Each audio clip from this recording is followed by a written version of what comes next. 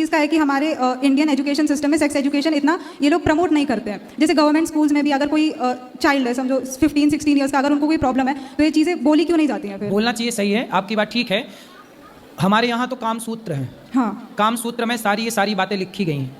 तो हमारे यहाँ तो प्रमोट किया गया था, इसलिए मंदिरों में जो पुराने कुछ मंदिर हैं कोणार्क इत्यादि के, उनमें ये चित्र भी बनाए गए थे। तो हमारे यहाँ तो प्रमोट किया गया था। लेकिन मुगल आए ना तो हमारे सारे धर्म ग्रंथों को, सब चीज़ों को खत्म कर दिया। मुगलों के बाद, अंग्रेज़ों के बाद हमारे यहाँ एक अलग ही बदलाव आ गया। वरना हम लोग इतने विकसित थे, हम लोग हर क्षेत्र में ज्ञान रखते थे। अब देखो, एक मंदिर है, उसमें बाहर मंदिर के ना ये सब चित्र बने हुए हैं लड़का लड़कियों के, लेकिन अंदर जाओ तो शंकर जी का मंदिर है। क्या अर्थ है इसका? कि पहले इन सब चीज़ों से मन भर लो, फिर देखो भीतर कौन बैठा है, भगवान। तो यही अर्थ था इन मंदिरों को बनाने का, कि तुम पहले इनसे तृप्त हो जाओ, फिर जाके ईश्वर की आराधना करना, तब तुम्हारा चित्त भटकेगा नहीं, स्थिर एक शिवलिंग में, एक भगवान में लग जाएगा। तो उद्देश्य, भीतर कौन बैठा है, भगवान, हाँ। बाहर कौन है, चित्र है गलत।